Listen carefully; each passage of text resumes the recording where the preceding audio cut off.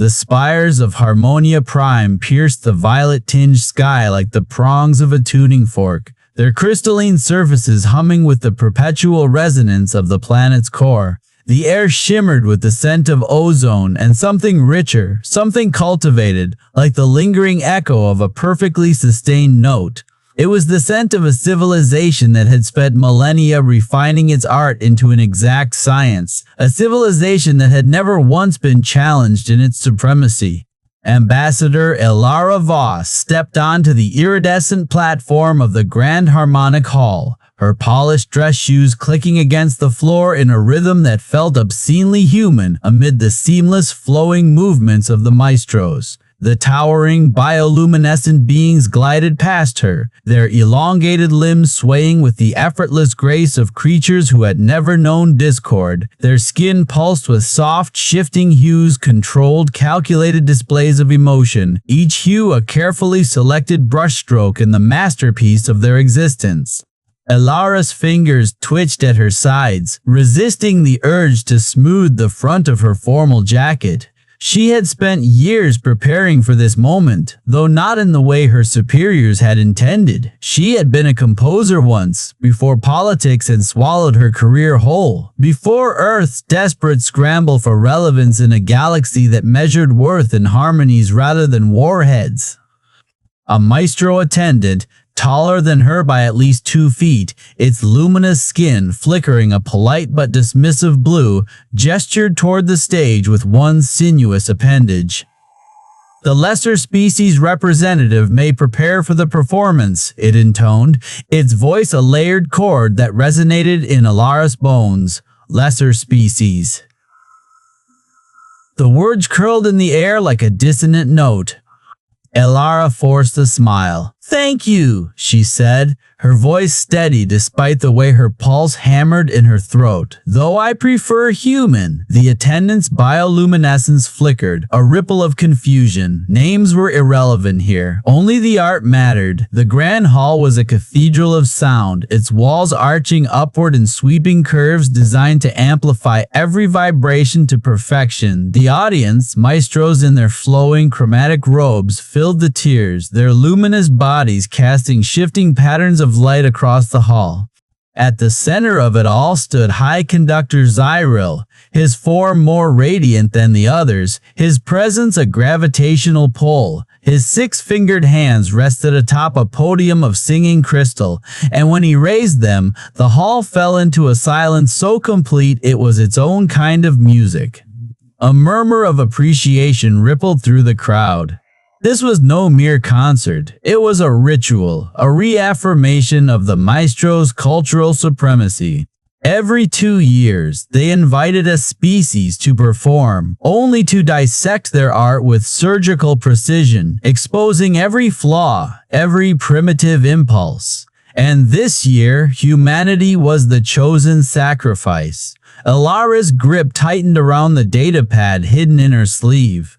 The device was illegal here, of course. The maestros had no need for crude human technology, not when their own art was woven from the fabric of quantum resonance and gravitational waves. But this wasn't just a datapad, it was a key.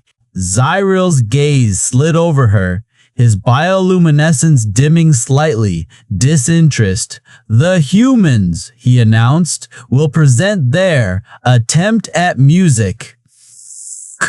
A ripple of amusement passed through the crowd. Elara's jaw clenched. She had heard the recordings of past symphonies. The Catharan had been reduced to silence when their crystalline chants were deemed predictable. The vitreous fluidic harmonies had been dismissed as unstructured. Each performance had ended the same way, with the maestros demonstrating their own superior art, leaving their guests humiliated, their cultures deemed unworthy, but humanity had not come to grovel. Elara stepped onto the stage, the eyes of the galaxy upon her, the human orchestra behind her, small, hand-picked, their instruments archaic by maestro standards, waited with bated breath. She could see the tension in their fingers, the defiance in their postures. They knew what this was, and she was about to spring it. Zyral's voice cut through the silence like a blade. "Begin." Elara raised her hands, and the Symphony of Defiance began.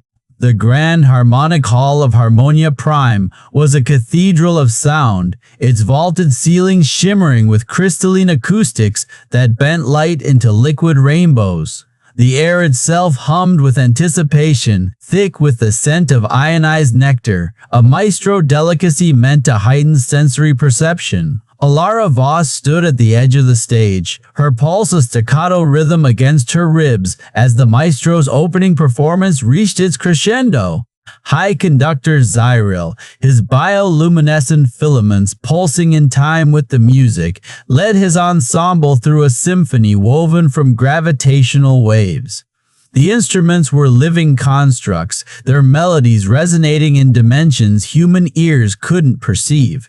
The alien audience swayed as one, their flawless iridescent skin flickering in harmonic ecstasy. When the final note dissolved into the air like vapor, the hall erupted in a chorus of chiming applause, a sound like wind through crystal. Then it was humanity's turn. Elara stepped forward, her polished shoes clicking against the stage's resonant alloy. Behind her, the Terran Orchestra, 12 musicians with instruments that looked like relics beside the maestro's technology, tensed. A violin here, a cello there, a single timpani drum, primitive, quaint, pathetic if the sneers of the audience were any indication. "Ambassador Voss," Zyral intoned, his voice a velvet knife, "we are curious to witness the artistry of your species." The way he said artistry made it sound like a disease. Elara bowed, her smile razor thin. "Then let us educate you." She raised her baton. The first notes of Tchaikovsky's violin concerto in D major soared into the hall, warm, vibrant, alive. For a fleeting moment, Elara dared to hope. Maybe the maestros would hear it. Maybe they'd understand. Then the laughter began. It started with a single derisive chime from a maestro noble, their bioluminescence flashing acid green. Others joined, their mirthless harmonies clashing against the music. A Vithuri delegate covered their auditory vents with delicate tentacles, as if the sound physically pained them. Elara's baton faltered. The orchestra stumbled, their confidence fraying. The laughter swelled.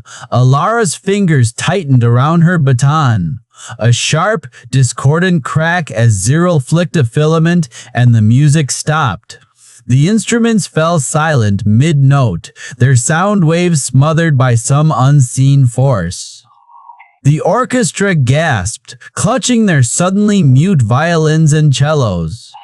But beneath her sleeves, her hands trembled, not with fear, but with fury. She had expected disdain. She had not expected sabotage. Then she saw it. The flicker in Zyral's glow, the way his filaments twitched, just slightly, when the laughter grew too loud. He's nervous. The realization hit her like a lightning strike. She lowered her baton. "You're right," she said, her voice carrying over the jeers. "Our instruments are primitive, but music isn't about the tool. It's about the soul." Zyral's glow flickered again. "And what," he sneered, "could your soul possibly offer that we have not already perfected?" Elara reached into the folds of her gown. The crowd stilled, her fingers closed around the forbidden device. The Neural Resonator, smuggled past maestro scanners in pieces, reassembled in secret, a sleek silver band humming faintly against her palm. Zyral's filaments flared. "What is?" the maestros murmured. Zyral hesitated then, with a dismissive wave, acquiesced. "Very well. Let us witness humanity's swan song." Elara closed her eyes and unleashed the symphony of her mind. The resonator screamed to life. It was not sound, not as the maestros knew it. It was memory, raw, unfiltered, human. The wail of a mother clutching her dead child, the thunder of a soldier's last charge, the fragile, trembling melody of a first kiss. The hall shuddered. Maestros gasped as their flawless bioluminescence flickered, their bodies betraying them.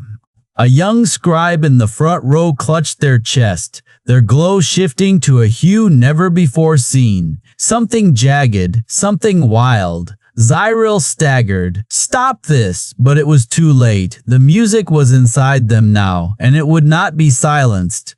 Elara's fingers hovered over the Neural Resonator's interface, her breath steady despite the storm of alien eyes burning into her. The Grand Harmonic Hall, a cathedral of crystalline acoustics designed to amplify only the most perfect frequencies, had never witnessed something so raw, so human. She closed her eyes. The resonator hummed to life, its neural filaments weaving into her temples like roots seeking water. The maestros leaned forward, their bioluminescent patterns flickering with disdain, until the first note tore through the air. It was not a note played.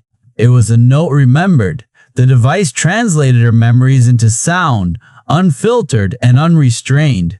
The audience heard the scream of a mother clutching her child in a bombed-out city, the ragged harmony of soldiers singing around a dying fire, the trembling melody of a first kiss stolen in the shadow of a collapsing world. Maestro Zyril's tentacles stiffened. "This is not music," he hissed, his voice cutting through the rising tide of human emotion. "This is noise, chaos." But the hall shuddered. The maestro's flawless glow stuttered like a failing star. Their bodies, honed over millennia to resonate only with mathematically pure harmonies, rebelled against the jagged beauty of human experience.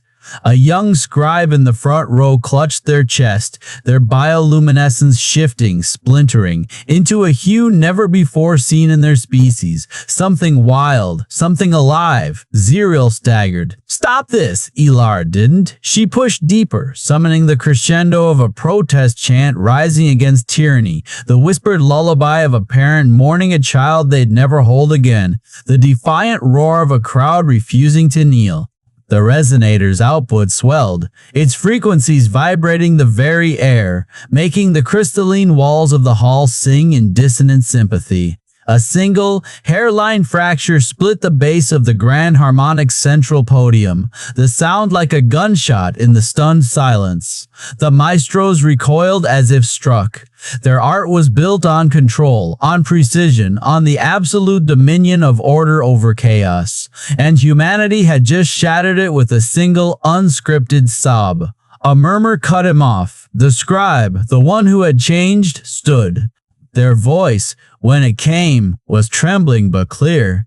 "Why does it hurt?" The question hung in the air like a blade. Elara opened her eyes. The scribe's glow had stabilized into that strange, jagged hue, their posture no longer the rigid perfection of their kin, but something looser, something uncertain.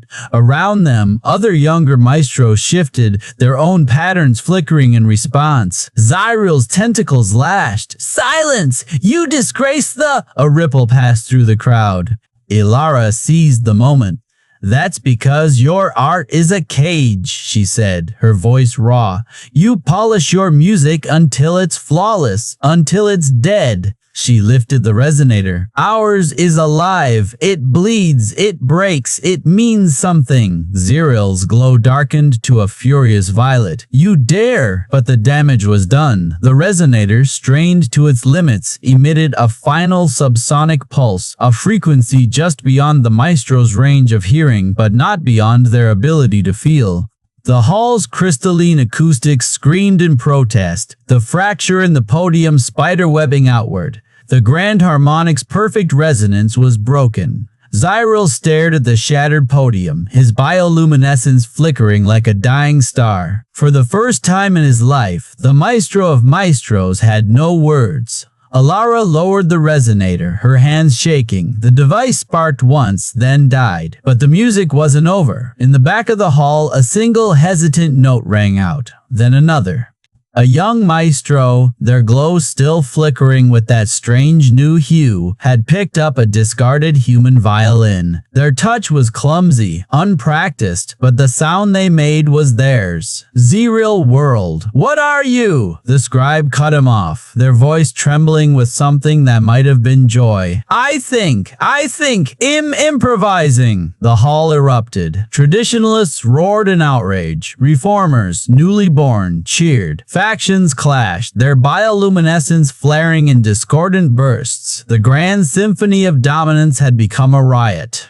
And in the center of it all, Elara Voss smiled. Zyral's voice cut through the chaos as he seized her arm. You will pay for this, he snarled. She met his gaze unflinching. No, she said softly, you will. As the guards dragged her away, the last thing she saw was the scribe, their glow now a defiant, uncharted crimson, raising the violin again, the first note of rebellion. The Grand Hall of Harmonia Prime had never known chaos like this. Elara's final note still hung in the air, a raw, trembling thing, as if the universe itself hesitated to let it fade. The Neural Resonator, strapped to her temples, crackled with residual energy, its delicate filaments glowing white-hot. The maestros, those paragons of flawless, calculated artistry, were unraveling. Their bioluminescent skins flickered erratically, cycling through hues never before seen in their rigid chromatic scales. Some clutched their heads, as if the mere concept of human emotion was a physical assault. Others swayed, their limbs moving without precision, without calculation, improvising for the first time in their millennia of sterile tradition. And then the resonator overloaded. A subsonic pulse rippled outward, invisible but devastating. The crystalline acoustics of the Grand Hall, engineered to perfection, designed to amplify only the most refined harmonics, shattered. Not with a crash, but with a whimper, a high-pitched whine like a dying star. Shards of resonant crystal rained down, scattering prismatic light across the convulsing crowd. Maestro Zerial's voice cut through the din, sharp as a blade. Silence her! Guards surged forward, their polished carapaces gleaming under the fractured light. Elara didn't resist as they seized her, wrenching the resonator from her brow. The device sparked once, then went dark, but the damage was done. A young maestro near the stage, barely past his first harmonic ascension, reached for a discarded violin. His fingers, trained to play only preordained compositions, hesitated. Then, with a shuddering breath, he drew the bow across the strings. The note was imperfect, unrefined. It was alive. Zerial's bioluminescence flared a violent violet. Treason! He roared. The crowd split like a fault line. Traditionalists recoiled, their flawless forms trembling with outrage. But others, younger maestros, their glow tinged with unfamiliar hues, stepped forward. One, a scribe who had recorded every note of Elara's performance, met Zerial's gaze. Their light pulsed a deep, forbidden crimson. Heresy! Zerial's tentacle-like appendages lashed out, sending the scribe stumbling back. But the word had already been spoken. Heresy! The accusation hung in the air, thick as smoke. Elara, pinned between two guards, laughed. It was a soft sound, almost lost in the chaos, but it carried. You're afraid? She said. Zerial's glow darkened. Of you? A creature who makes noise and calls it art? The scribe's crimson glow intensified. Around them, murmurs spread like wildfire. A faction of younger maestros clustered together, their bioluminescence shifting in discordant human rhythms. One, a musician who had once played only the most mathematically precise concertos, plucked a string on the violin. The note quavered, unresolved. It was the most beautiful sound Harmonia Prime had ever heard. Zerial saw the fracture spreading. He raised his voice, the harmonics of command woven into his words. Ha! She will be contained, and this disease of disorder will be purged. The guards dragged Elara away, but not before she locked eyes with the scribe. "Your art is a cage," she whispered. "Ours is the key." The scribe's glow flared brighter. Then, in a movement so swift it seemed instinctive, they snatched the violin from the young maestro's hands and played. The note was raw, unpracticed. It was free. Zeril's roar of fury was drowned out by the rising cacophony as more maestros, their rigid traditions crumbling, joined in. The Grand Hall, once a temple of perfect harmony, became a battleground of sound. Traditionalists clashed with reformers, their bioluminescence clashing in violent, discordant hues. And in the heart of it all, the scribe played on, their crimson glow a beacon in the chaos. The first note of rebellion had been struck, and it would not be the last. The prison beneath Harmonia Prime was a symphony of silence. Elara Voss sat cross-legged in her cell, the walls humming with the residual energy of the maestro's dampening fields, designed to stifle all vibration, all music, all life. Her fingers traced the smooth, cold floor, remembering the weight of the Neural Resonator against her temples, the way it had sung with the pulse of human defiance. The Grand Hall's chaos still echoed in her skull. The door slithered open with a whisper of bioluminescent tendrils. Maestro Zero loomed in the threshold, his towering form flickering with restrained fury. His voice, when it came, was a blade wrapped in velvet. "You will explain the resonator's design," Elara smiled. "Or what? You'll compose a dirge for my execution?" Zeril's glow pulsed crimson. Behind him, the prison's ambient harmonics shifted, subtle, but Elara had spent a lifetime listening for the spaces between notes. Someone else was here. The interrogation began. Zyril paced, his tentacle-like appendages weaving through the air as if conducting an invisible orchestra. "Your noise disrupted the Grand Symphony. Our youngest are experimenting with dissonance. Do you comprehend the heresy?" Elara leaned back. "Dissonance is just harmony you're too scared to understand." A tremor ran through Zyril's bioluminescence. For the first time, Elara saw it. Fear. The maestro's art was mathematics, precision, control. But humanity's music was wildfire. The door hissed again. A lesser maestro guard stepped in. Viran, his glow a muted blue, the hue of a suppressed chord. He carried a tray of nutrient gels, his movements deliberately sluggish. Zyril barely glanced at him. "Leave us," Zyril snapped. Viran bowed, but as he turned, his appendage brushed the wall. A single subsonic note thrummed through the cell. Alara's breath caught. A signal. Zyril didn't notice. He leaned in, his voice a venomous whisper. "Your species will be reclassified, not as artists, as vermin." Elara held his gaze. "Funny. I was about to say the same about yours." Outside, the rebellion was crescendoing. The scribe, whose name Elara would later learn was Kaelis, had done their work well. The recordings of her performance had spread like a virus through Harmonia Prime's data streams.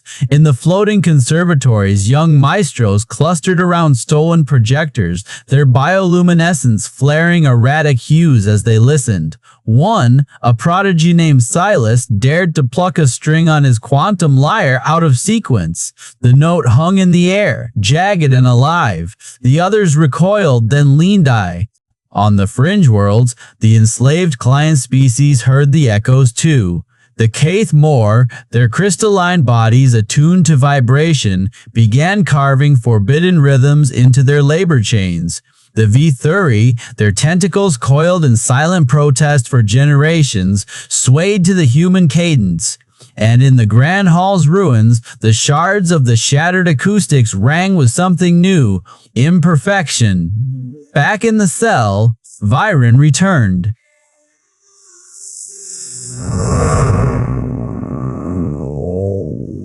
His glow flickered in the old maestro code. "Dawn comes." She gripped the scalpel. "Why?" Viren's bioluminescence dimmed. "I heard the child's laugh in your memories. We do not have laughter." The admission hung between them, heavier than any confession of treason. Then, alarms. The prison's harmonics shattered into chaos. Somewhere above, a new sound raged, the clash of maestro against maestro, reformer against traditionalist. Byron's glow blazed urgent gold. Now! Elara jammed the scalpel into the dampening field's core. The cell screamed with feedback, the walls cracking like brittle glass. Zero burst in, his tentacles lashing. Freighter! Byron moved, fast! His appendage struck Zero's thorax in a precise resonant tap.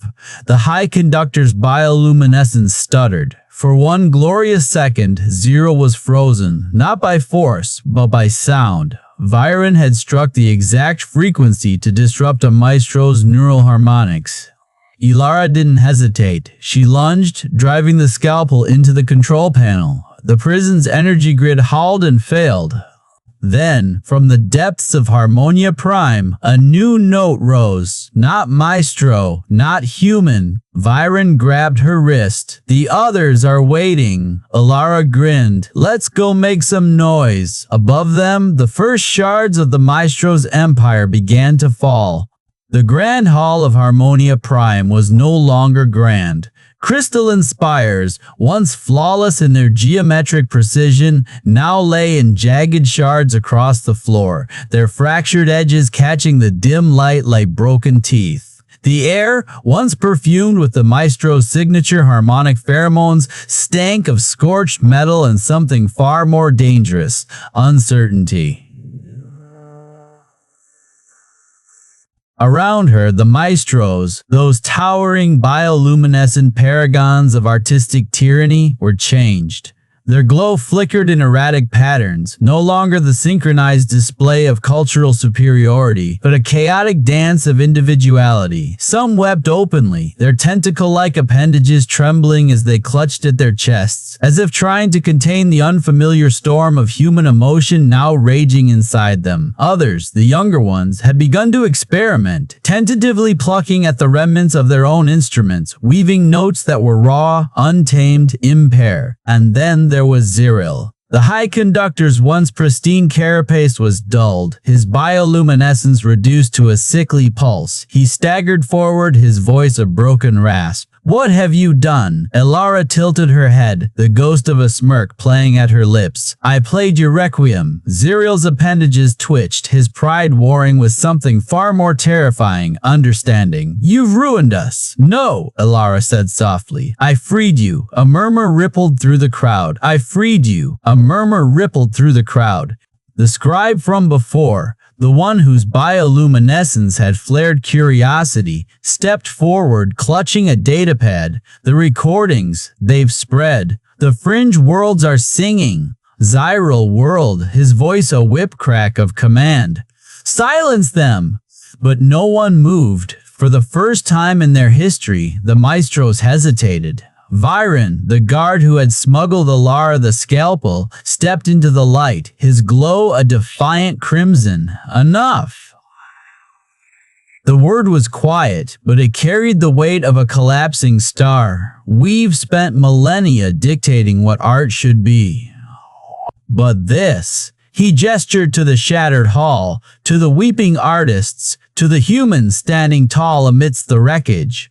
This is what it could be. Zero's mandibles clenched. "You would throw away everything?" Byron's glow brightened. "I would create something new, not the sterile perfection of the maestro's symphonies, not even the raw humanity of Elara's Neural Resonator, but something else." A young maestro, barely past their first molt, had picked up a human violin, one of the crude instruments they'd mocked hours before. Their touch was clumsy, unpracticed. The note they played was sharp, uneven. Elara closed her eyes and smiled. 3 cycles later, the Galactic Maestros disbanded. Not in defeat, but in evolution. Their rigid academies, once temples of unyielding tradition, became laboratories of experimentation. Their artists, once bound by the chains of perfection, now chased the chaos of feeling. And their music, their music, became something the universe had never heard before. As for humanity, They were no longer the noisemakers, they were the catalysts. Elara stood on the observation deck of the SS Resurgence, watching as Harmonia Prime's 3 moons rose in the sky. Behind her, Viren tuned a hybrid instrument, part maestro resonance harp, part human cello. Ready to compose the next movement? He asked, his bioluminescence flickering in amusement. Elara laughed, leaning against the railing. Oh, Viren, we're just getting started. Wild, unchained, beautiful, the symphony of the free.